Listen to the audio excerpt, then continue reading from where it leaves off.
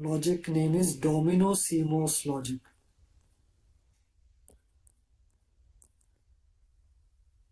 So what is domino CMOS logic? In this, we combine dynamic with static circuit. So this is your NMOS logic, followed by this is basically phi, and this is your load capacitance or C out, which we charge, and this is your dynamic circuit. So we need to use an inverter. So this inverter is basically static inverter. Okay.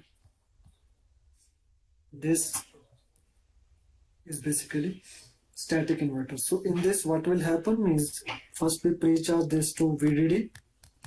Okay, since this is VDD, so this your V out is 0. So now this node is going to evaluate it based on this NMOS logic, and if it takes time, it's fine, because this is your static circuit. So if it is VDD, it will be 0. If it is evaluated to be 0, this is going to be 1. Okay, so there will be no error in the output. We combine this dynamic logic with static inverter. So that is called domino CMOS logic. Okay. So in this, what we can do cascading by using this inverter. It means if I just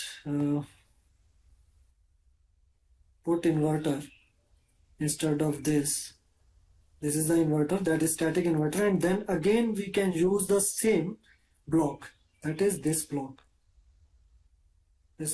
So if I again use this block, so this can be used cascading, means the first stage which will give you output here, that is inverted output, because this is inverted, so this is basically real output, and then again you can feed it to the next stage, which is dynamic, this dynamic logic. Okay, that's how you can do the cascading in domino CMOS logic. Now let's discuss one problem here, which can be in dynamic circuit or it can be in domino CMOS logic circuit. That is called charge sharing. Okay.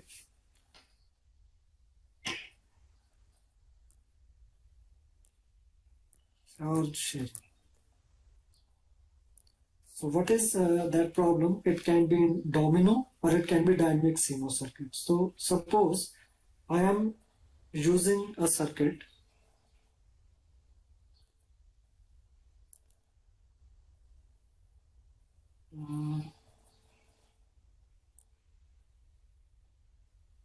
this is the logic, okay, and this is evaluation NMOS. So I'm putting phi here, this is VDD. So this is basically our logic, okay, that is A or B. It will be A and B. So if this is your capacitance, output capacitance, okay, that is C1, and the voltage value here is Vx, okay, and suppose we want to evaluate that, suppose this is A and this is B, okay, A is and B. We are going to evaluate for the condition if A is 1 and B is 0. Okay, if A is 1 and B is 0, then what should be your output? Your output at Vx should be 1, okay, because your B is going to be open. Okay, because B is 0, this is going to be open, so this should be the value, means Vx should be 1. But let us suppose that there is a node capacitance here, parasitic capacitance here, C2. Okay, the capacitance is there, C2. Now when evaluation part is there, this is switch off, but this capacitance because A is 1. So this is basically a short circuit and there is a capacitance here. This is C2. Now there will be charge sharing between C1 and C2. Okay, when we switch on A, the charge sharing between C1 and C2 will be there and your Vx will change accordingly, means how much charge is shared in between C1 and C2. That is based on the capacitance value C1 and C2. So suppose C1 is equal to C2, then your Vx is basically VDD by 2. If C1 is equal to C2, then it will be VDD by 2, which will give you the wrong output because your output should be VDD. Okay, your output should be VDD.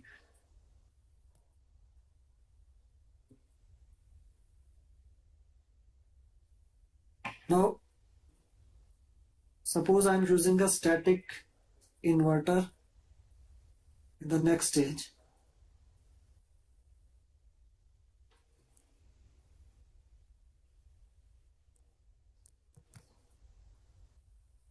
Okay, this is your V out. I'm saying that suppose C1 is equal to C2. Okay, suppose C1 is equal to C2, then what will be your design consideration, or what will you modify in your circuit so that your V out is not going to disturb?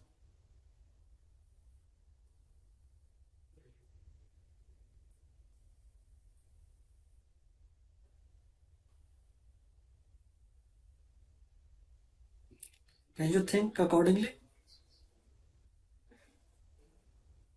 Second circuit VDD should be VDD by 2. In second circuit, VDD will be VDD by 2, means you are saying like this.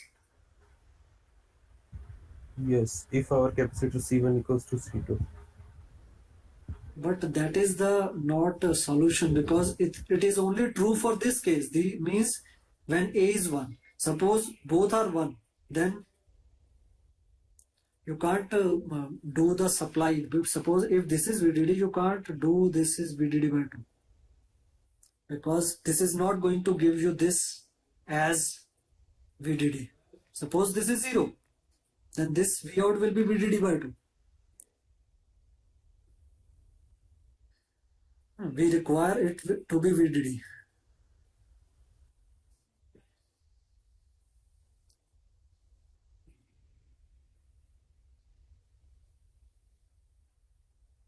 High C1, IC1, high value of C1. high value C1. Yeah, C1 will be high. That is the first case you can do. Any other solution?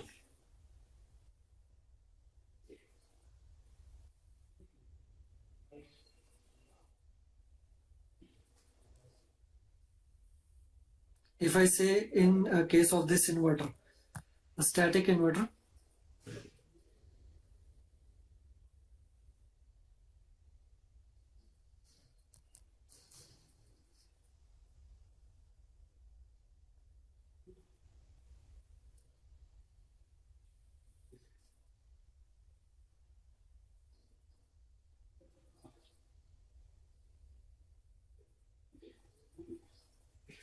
if you look at the inverter characteristics, suppose this is the inverter characteristics, okay, like this or this. So if you see here, this is your threshold voltage of inverter, okay, that is called VDD by 2.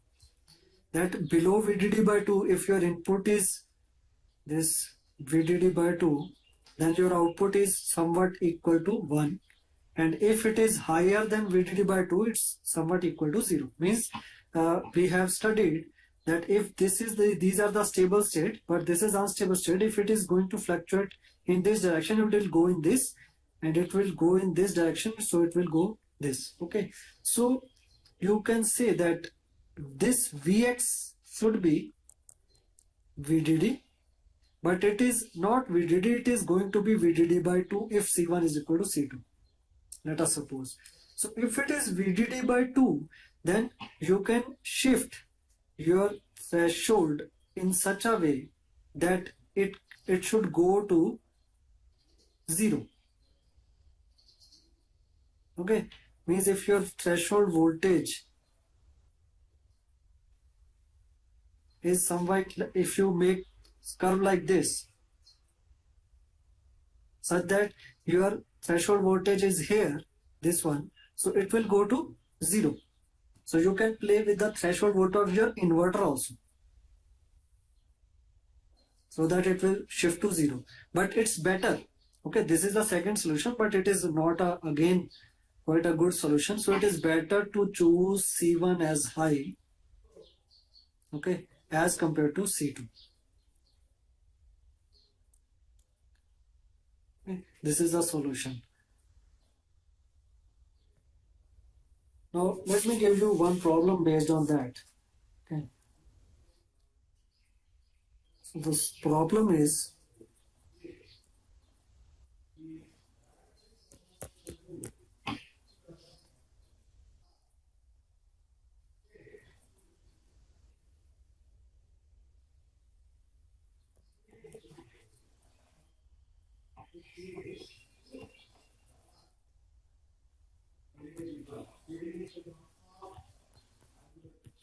this is C load.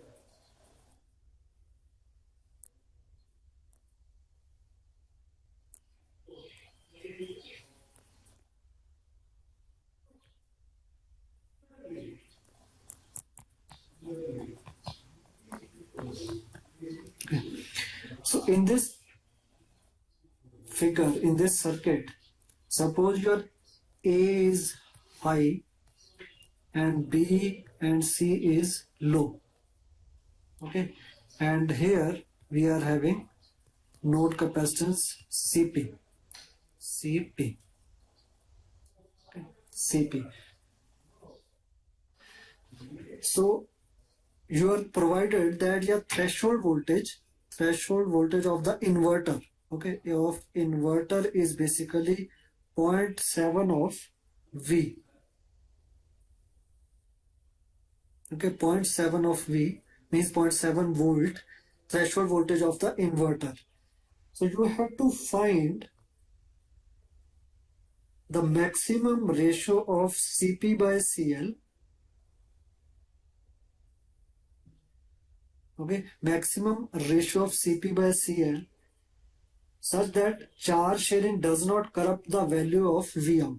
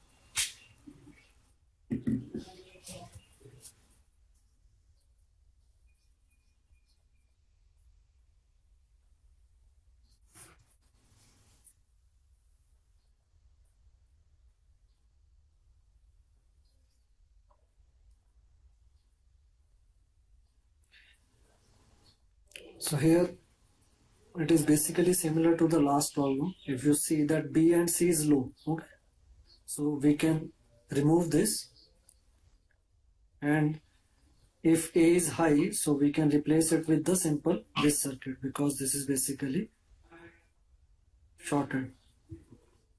Okay, and here is Vx, let it be Vx.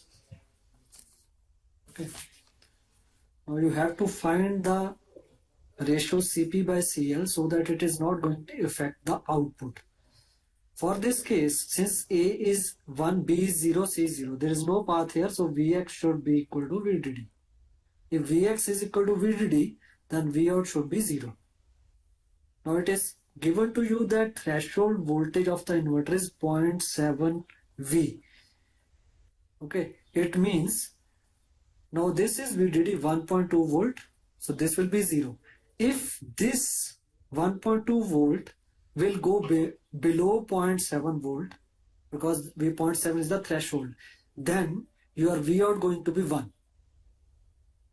Okay, till 0.7 it is okay, 0, but it is go beyond, then it will be 1. It means you need to find the ratio Cp by Cl which is going to maintain Vx is equal to at least 0.7 VDD.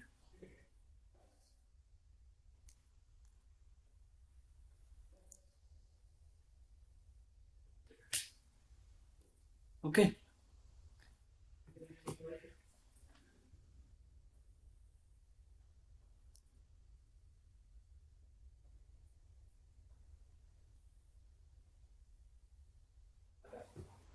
Zero 0.84. 0.84. 0.714. 0.71. 5 by 7. Less than, it should be less than. 7.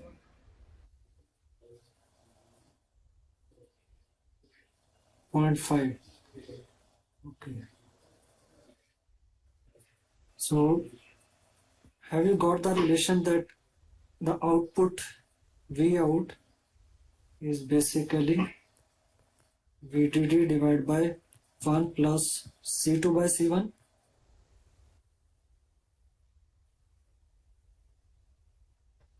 Yes.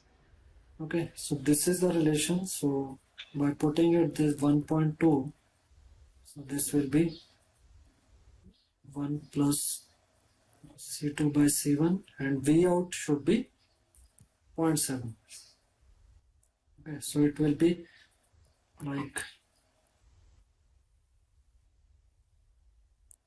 0.7 plus 0.7 C2 by C1, 1.2.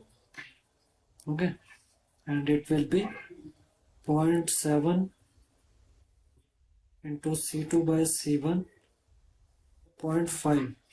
Okay, so C2 is basically Cp. C2 is basically Cp, and this is basically Cl, is basically 0.5 by 0.7. Okay, that is 5 by 7. That's come out to be 0.7. 0.7.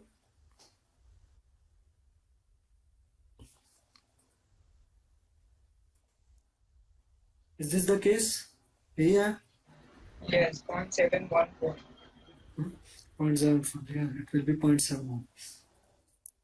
Okay, so this should be the value for Cp by Cl. Okay, so you can see that Cp by Cl is this one, so C load should be greater, okay, as compared to your Cp. Now Cp is basically parasitic capacitance, that is not in our hand much, but Cl is load capacitance, so we can modify it. So we have to take C load high, but how much high? Okay, that is basically depend upon these parameters, such that it is not going to affect in charge sharing. Fine. Now second case is the another solution is because we have discussed the last problem in which suppose we are using A, B and C. Okay, we have used A, B and C, and this is your load capacitance. Now in this, the thing is, if we are using A, B, C and only A is on, then we are using this CP. Clear? But suppose if your B is also on, it means the parasitic capacitance of B, that is also going to play the role. Okay, and this is CP, and if both are on, suppose both are on, so this will be like this. So these two are in parallel, and in parallel the capacitance will get added. So if it is added, so this basically is 2CP. Okay, so the effect will be much greater when you use multiple inputs. Okay, and this is the means you need to scale CL accordingly. So in order to avoid these conditions, what we do, we take a separate, you can say, circuit for separate transistors. Okay, and but that will lead to multiple output. What does that mean? Suppose you are using this NMOS logic, okay, and here you are using this pre-charge circuit for charging this, and this there will be this NMOS for evaluated. Okay, similarly you can use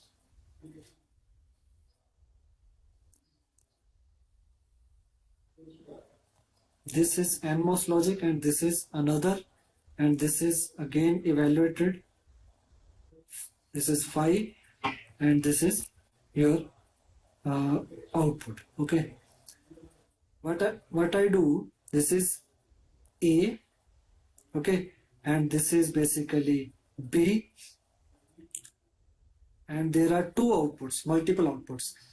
Instead of using A and B at one, I am using two another nodes, that is two another separate outputs, such that the charge sharing between A and output node is here, and B and output node is here.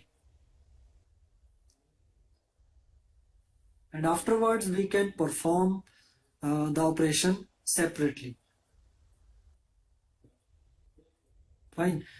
In this, there is another advantage, is that we can perform the multiple operation by using the small gates, means smaller number of gates. How? So let us take one example.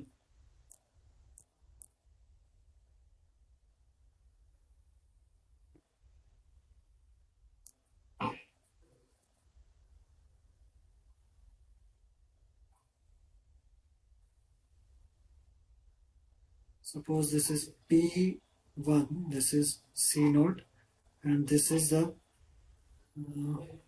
common evaluation circuit, and similarly this is basically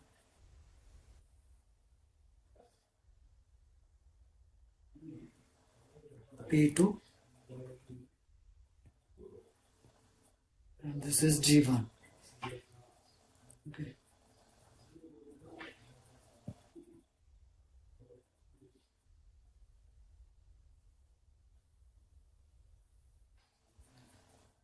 This one, and so on. So suppose this is your, and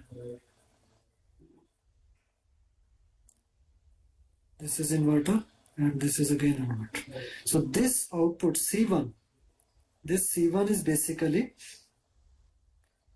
G1, that is just G1, because we are taking the output from here, G1 plus, this is OR operation, because this is either this will be 1 or this will be 1, this is plus P1 into C naught. C naught is this, P1 is this. Fine. And your this C2 is basically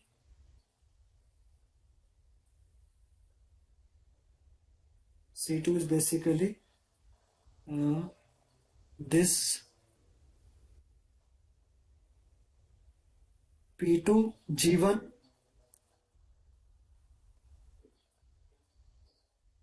okay, P2 G1, P2 into G1.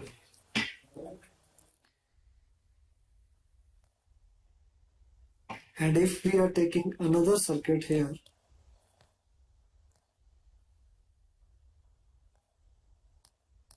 that is P3, and here we are having G2, okay, which is connected with this, then it will be plus P2 P1 C0 plus G3 and so on. If you compare this, because I'm not drawing the full circuit, it is given in your book. If you compare this is basically a carry look ahead adder. Okay, carry look ahead adder. If you are going to implement this using simple circuit, which I have explained you before, means you are not going to use this parallel branches. Okay, then there will be much more gates you have to use, first thing. And second thing is, since it is a dynamic circuit, then charge sharing problem will be there. So what we are doing, we are using this circuitry different. Every circuit is having only 2 MOS. Okay, means every branch is having 2 MOS. It means charge sharing problem will be not there, and only we are making connection like this between these 2 branches. We are performing the OR operation. AND operation we are using like this, OR operation by this. So we can use the less number of gates to implement this logic. Moreover, charge sharing problem will be not there because we are using separate pre-charge circuit to suppose we are this is the node to charge the separate nodes of separate columns. Okay, this is the second method which is used to avoid the problem of charge sharing when we are shifting towards the bigger logics, because in bigger logic we have multiple inputs. Multiple inputs means more number of MOSFETs in series, okay, in series, and in that more number of capacitance nodes are there. Okay, so this is the second solution.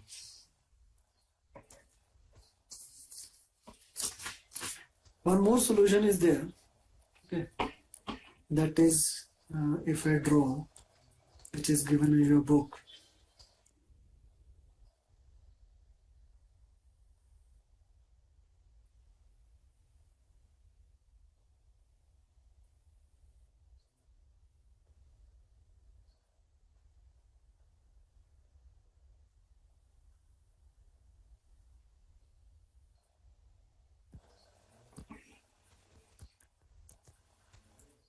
This is your circuit. So if you look at this, this is basically your circuit, this part, okay, and this is your node, charging node. And what we have done, this inverter we use, okay, basically static inverter, and we have connected this output with this PMOS logic. So in this, if you look at this is basically VDD, okay, this is basically VDD, and if this is VDD, this is basically 0, okay, this is basically 0. If this is 0, then this is basically PMOS, which is on. Suppose this goes to VDD by 2, okay, this goes to VDD by 2. Since this is the static inverter, at threshold of voltage VDD by 2, suppose this is a ideal, okay, VDD by 2. So if input is VDD by 2, your output is also VDD by 2. So this is again VDD by 2, since this is VDD by 2 and this is VDD, so the difference between this is basically again much greater than threshold voltage of the PMOS. Okay, how? This is 5 and this is 0, it's fine. As long as this is below 4.3, means higher than 4.3, suppose 0.7 is the threshold voltage of PMOS. If this voltage is going beyond 4.3 volt, okay, then only your PMOS will off. Since VDD by 2 is, let it be 2.5, because your VDD is 5 volt, let us suppose, then this PMOS is on. If this PMOS is on, this VDD is kept charging this capacitance to VDD. It means the charge sharing problem, because whatever the charge is shared with this is compensated by this VDD. Okay, and this is true until your this value go beyond 4.3. If this is the case, 4.3 means it is going beyond 4.3, it means this VDD, this is going to be 0. And how it is going to be 0? Whenever your this will turn on and your this complete circuit is there.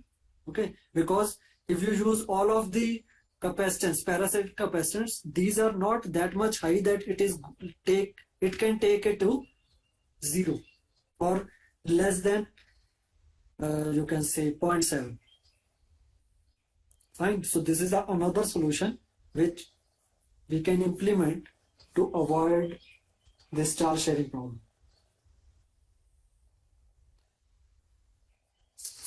Got it? Any doubt in this?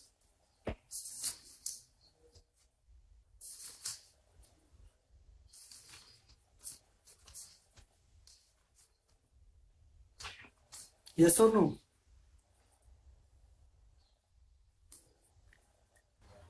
No, sir. This is clear? Okay, fine. So next to this, we are having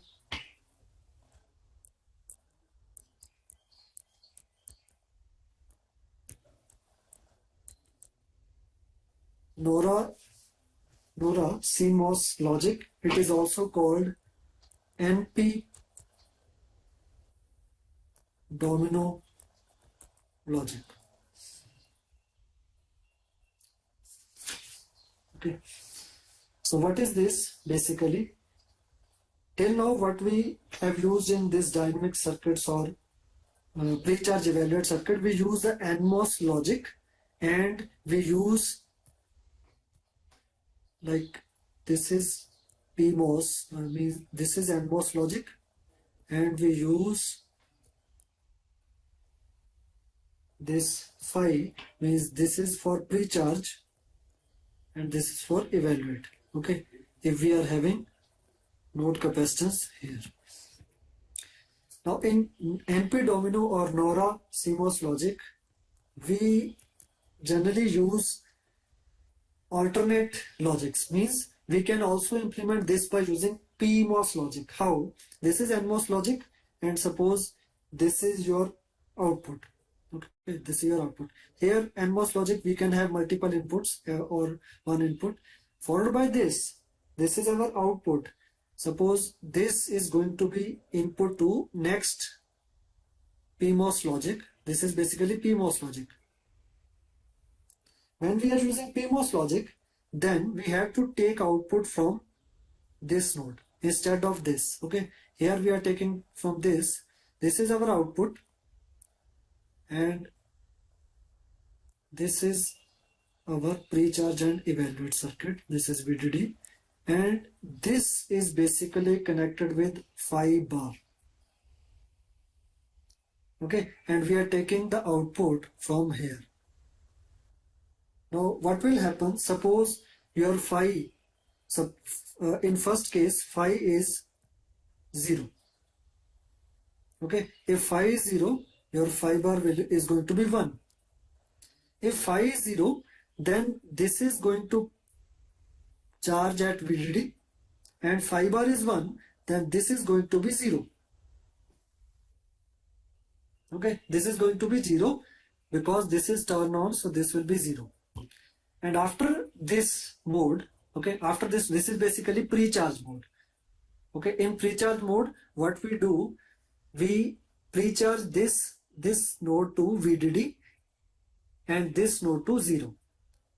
And afterward, your phi is going to be 1 and phi bar is going to be 0. If phi is going to be 1, it means evaluate this transistor is to be 1 and this is connected with ground, and phi bar is 0, it means this is connected with VDD, means this is connected with VDD and this node is going to be evaluated. So your evaluation is done in phi 1. So if I just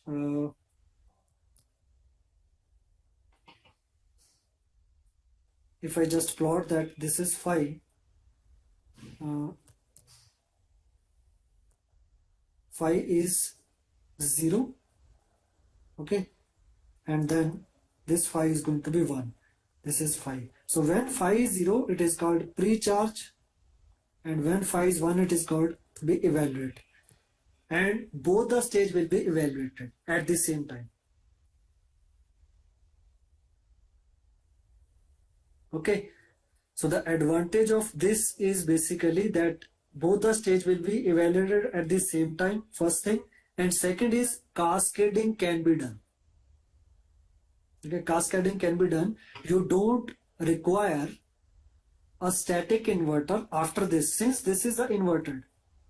You don't require static inverter here. You can implement inverter by using PMOS logic, and in this your value is not going to be disturbed. Let us see how. Okay.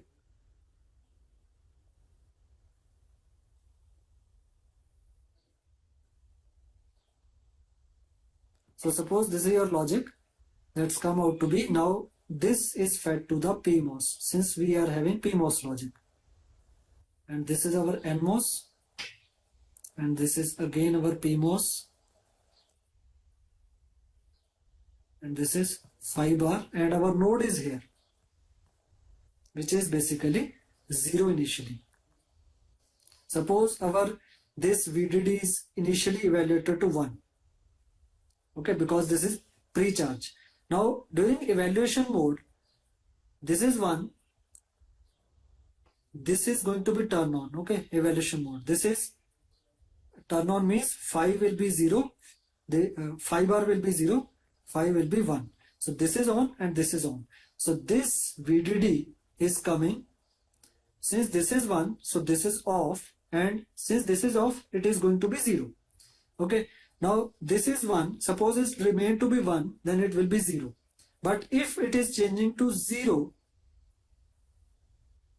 if it is changing to 0, as long as it is going to 0, this is 0. If this is 0, this is going to be turn on and this is turn on. So this is going to charge to be VDD. Now there is no such state so that this output is going to be corrupted. Why it is corrupted in the last stage? Because this next stage is again implemented using NMOS. But here we are using the PMOS logic instead of NMOS logic. So if we are going to implement an inverter using PMOS logic, then it is not going to corrupt the output, as it is in the case of NMOS. Clear? Yes. Any doubt? Yes. Basically, this overcome the previous overcome the problems that we saw in the previous cycle. So, is there any disadvantage of using PMOS? Using this one? Yeah, this PMOS, because instead of the NMOS, we are using PMOS. And is there any disadvantage? Yeah, the disadvantage only thing is you can say that much more time. Yeah, yes. Timing problem.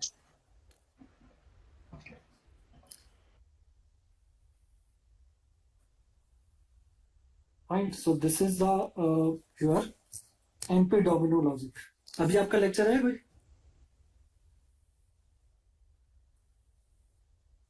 नहीं sir. नहीं है. Okay. So we will take two more circuits, then we will finish this.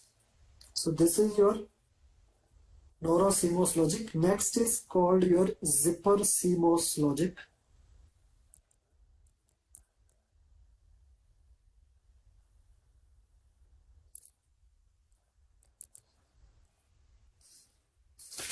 Okay.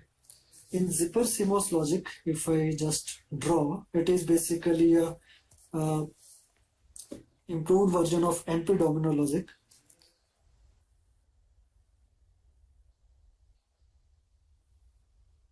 This is N logic.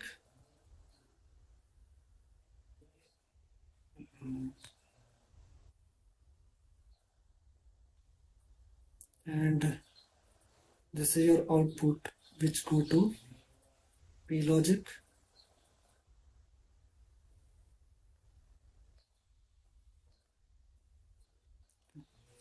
So here we are having phi and here we are having phi bar. Okay, and instead of connecting these two, we are using phi 1 here and psi 2 here. Okay, this is VDD.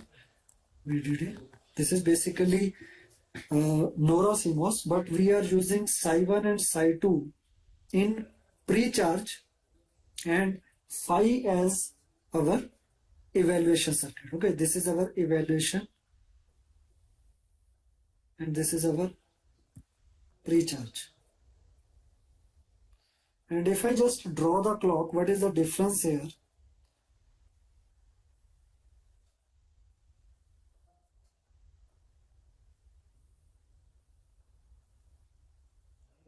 This is 0 and this is phi, and this is our psi 1, which is equivalent to, okay, psi 1 is basically VDD minus V threshold of P mod psi 1. And similarly, if I just draw, this is our phi bar. Okay,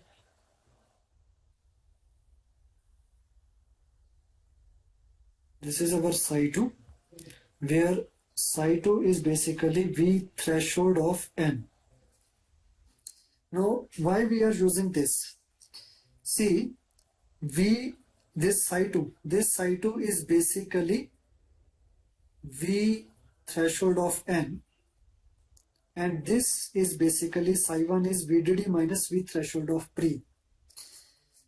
So what we do, we pre-charge and then we evaluate. So when we pre-charge, in the previous case we make this phi bar.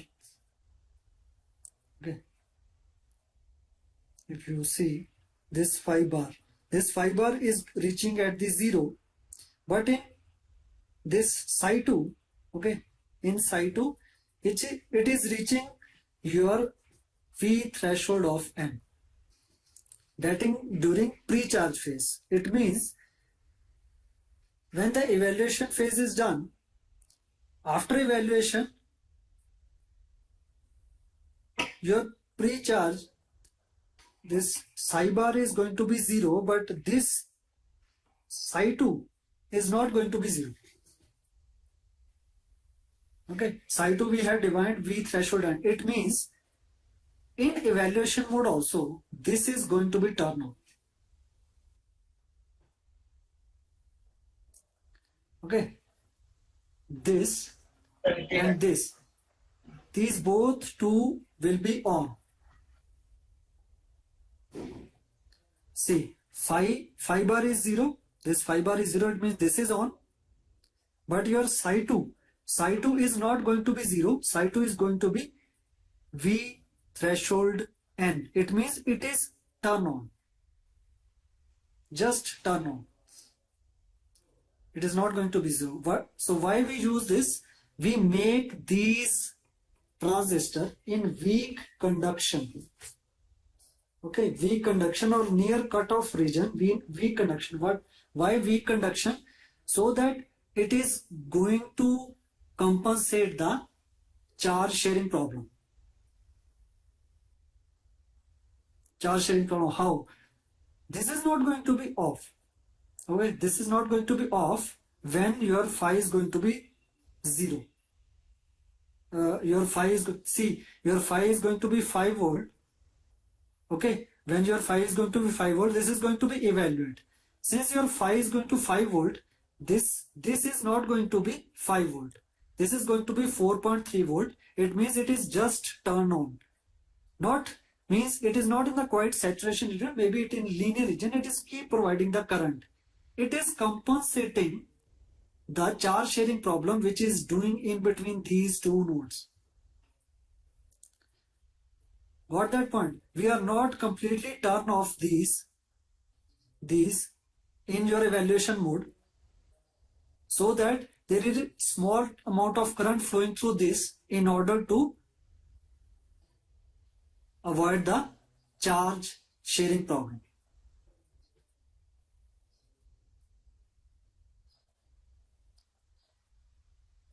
Got it?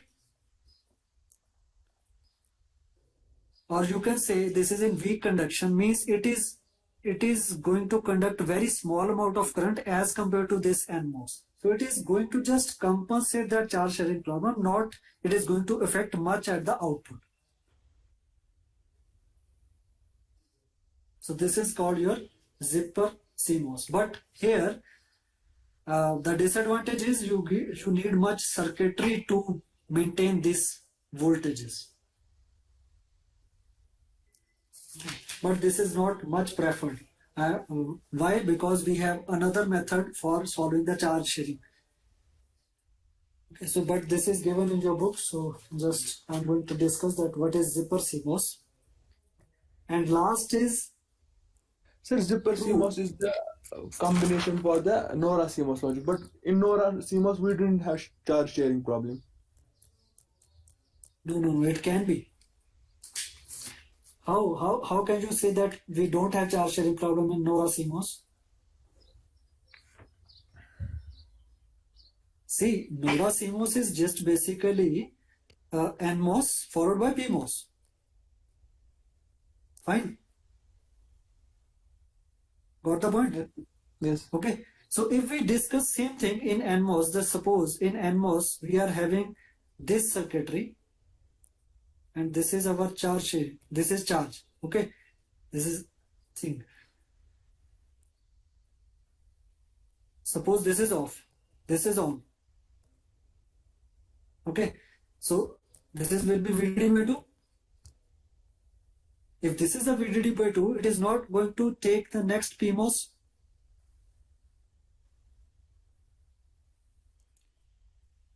This is only, now see, this is only taking this PMOS. Okay, this is as VDD by 2. Now depending upon this VDD by 2, either this will be on or off, but it is very slight, there will be noise. In the previous case, what we have done, we have put this as the input of this, okay, PMOS, so that it is going to maintain. But here, this is not the case. This is separate. We are not joining. Now this is VDD by 2. This is going to operate the next PMOS. Now this PMOS, how it is going to act with VDD by 2 as an input. Okay, and one more thing, you can't see this as an inverter only. Got the point? Means this is PMOS logic, but this is not always going to use as a inverter. It can be used to implement some logic also.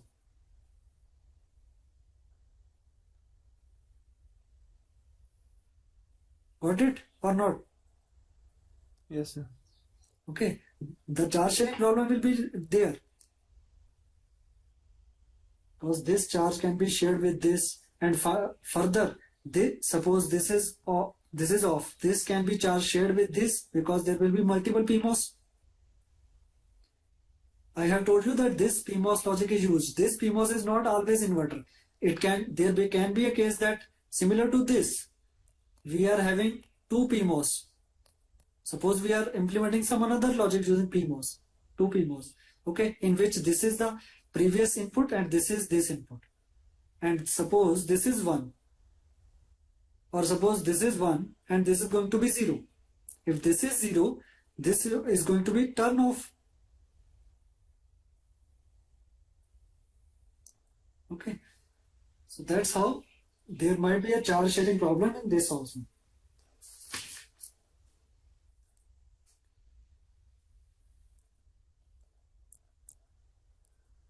The last is 2 single phase clock.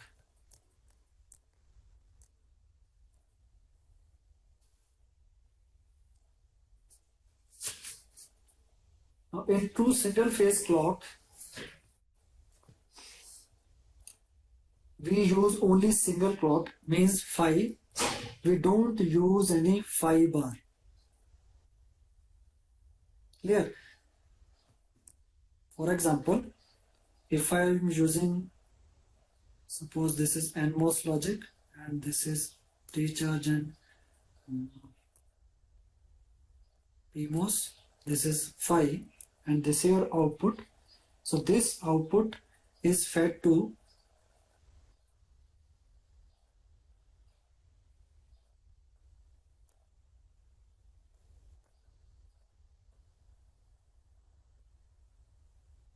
this circuit, and this is connected with phi, and your output is taken like this. So if you see, here is a load capacitance. When your pre-charge is done, so this will be your VDD. Okay, since this is your VDD. In next stage, this stage, if you look at this stage, this is basically an inverter. How we are giving the input, this is the input to inverter. This is basically inverter, but in between inverter we are putting a NMOS with phi.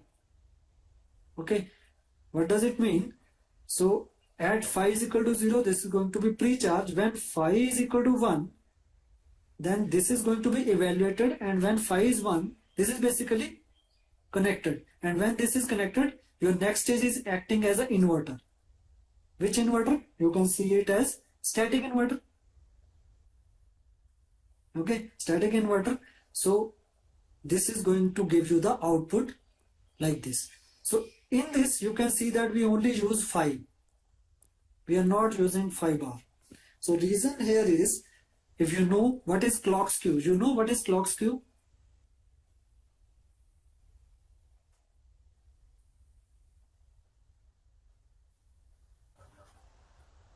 No, Professor. No. Okay, clock skew is basically, if we define clock skew, this is your bigger circuit. Okay, this is basically a clock. So we are giving clock to different circuitry. Suppose we are having these 3 blocks like this. So why we use clock? Clock is used to synchronize the output. Suppose we get this output synchronized, and that's how your circuit is there. But this clock takes some time to reach this circuit. Okay, takes some time to reach this circuit. Now ideally clock should reach at same time. Suppose t is 1 nanosecond at all the blocks. Okay, such that we should get the output at same time. But what happened? So if you look at this path is smaller, this is big, this is bigger. So there is time delay. T1 is 1 nanosecond, T2 is 1.01 nanosecond, T2 is 1.02 nanosecond. So this is basically called clock skew. The time difference between reaching the clock to some particular block. Okay, this is clock skew. Now in true single phase clock, we don't have any clock skew problem. But in other circuits, we are having clock skew problem. Why? Because we are using phi bar. Now I am not using that, you can say path, okay, path delay, because that is very minute, that we can overcome. But if you see, we are having phi and we are having phi bar. If we are having phi bar, it means we have to implement a phi bar only by using NOT gate. Okay, and this NOT gate is having some delay. Okay, let it be D. If NOT gate is having delay, then your phi bar will reach somewhat late than phi. It means there is a clock skew problem. Or in other, if I say this is phi, and if I draw like this is phi bar, this is phi. So this path having no delay, suppose this is no delay because this is not having any gate, but this is having an inverter, so your inverter is having a delay, so your phi bar will reach, let it be 1 nanosecond later than phi. So that can cause clock skew. But if we use only single clock, true single phase clock, then we don't have any clock skew. That's why we can use true single phase clock. Clear?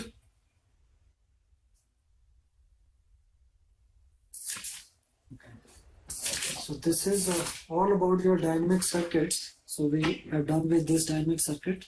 Tomorrow we will start with our memories part. Okay. What are the different memories? Okay. Any doubt? Please ask.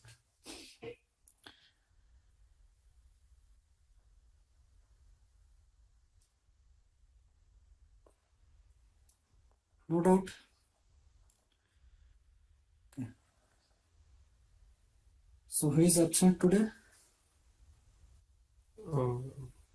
Faisal, Muzaffar, Samir, Muzaffar, Samir, Rahul and Rahis. Rahul and Rahis. Rafiz. Rahis. Rahis Ahmad. Rahi. Okay. Okay, fine. Thank you. Thank you, sir.